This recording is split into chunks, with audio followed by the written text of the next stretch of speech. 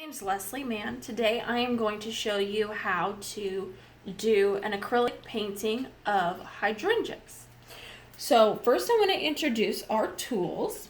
This I like to call Ursula. She's got a big old booty and janky hair. Now this is technically a number 12 flat.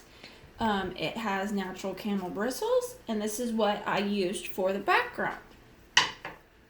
This is a number 4 round. As you can tell, it's well used.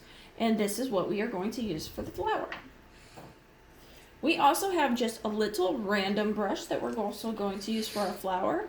We have a piece of chalk. It doesn't have to be colored, but I like it that way. And then we also have our acrylic paints. Now the good thing about acrylic paints is they dry really fast and you can move on to the next part and you can correct things very nicely. They're also water soluble, which means that you can clean them up with water. This is our water. It doesn't have to be in a fancy container. Your brushes do not have to be fancy. It's all about how you take care of them and how you apply the paint. This is our canvas today. It is a canvas gallery wrapped canvas. Gallery wrapping means that the canvas goes all the way around the edges so that you do not have to frame it. Makes it very nice, and you can just hang it straight on your wall and you don't have to do any prepping because the canvas is already gessoed for you, which means it's primed. I went ahead and painted the background so that we didn't have to wait on that additional step. And so what we're going to do first is we are going to take our piece of chalk and we are going to draw a circle. Now the reason we're drawing a circle is because we want to keep all of our petals within that defined space. We are also going to go ahead and draw our drawer.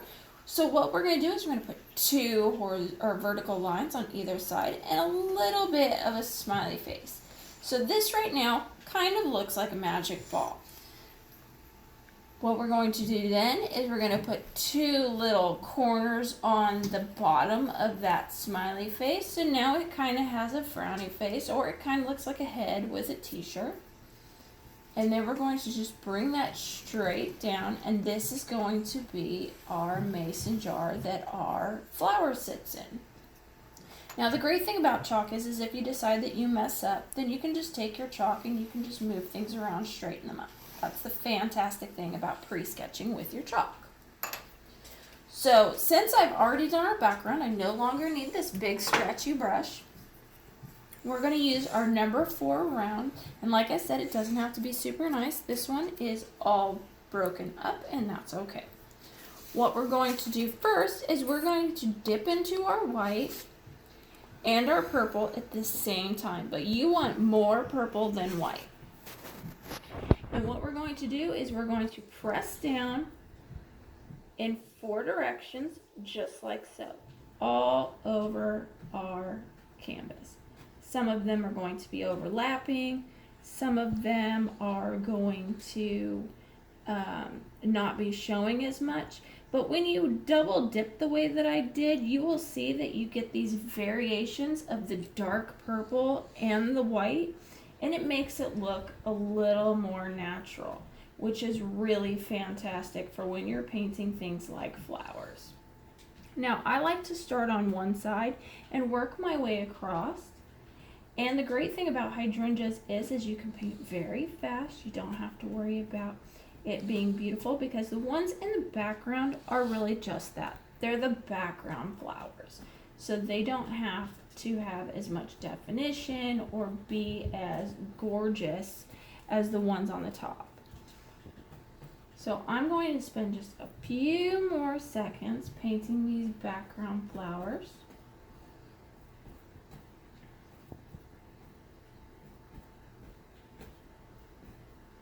And as you can see, I'm going all willy-nilly about it.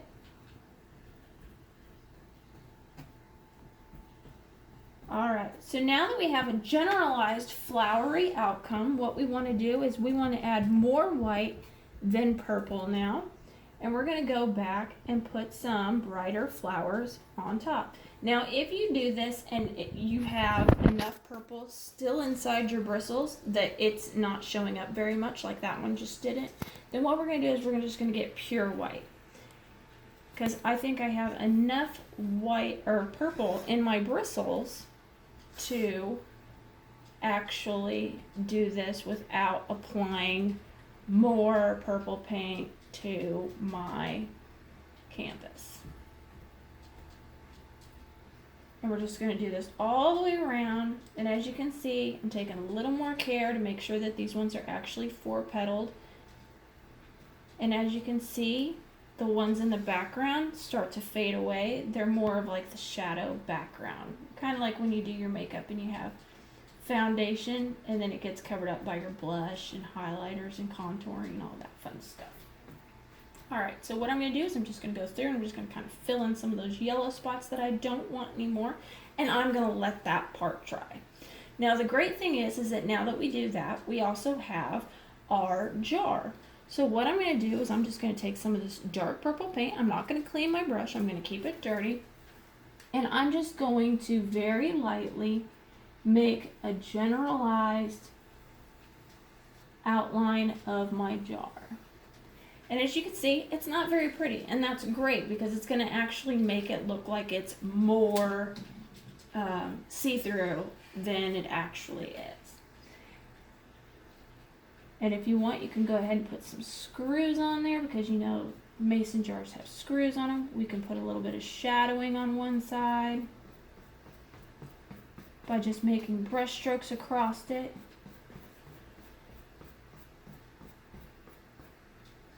You could do the other side if you wanted to. Alright, and then what we're going to do is we're going to take a little bit of white and we're just going to highlight that jar.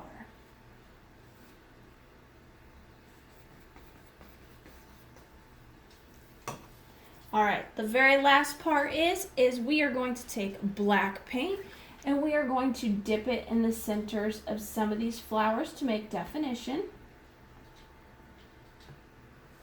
And then that's the end of it. I hope that you have a great day and thank you for joining me.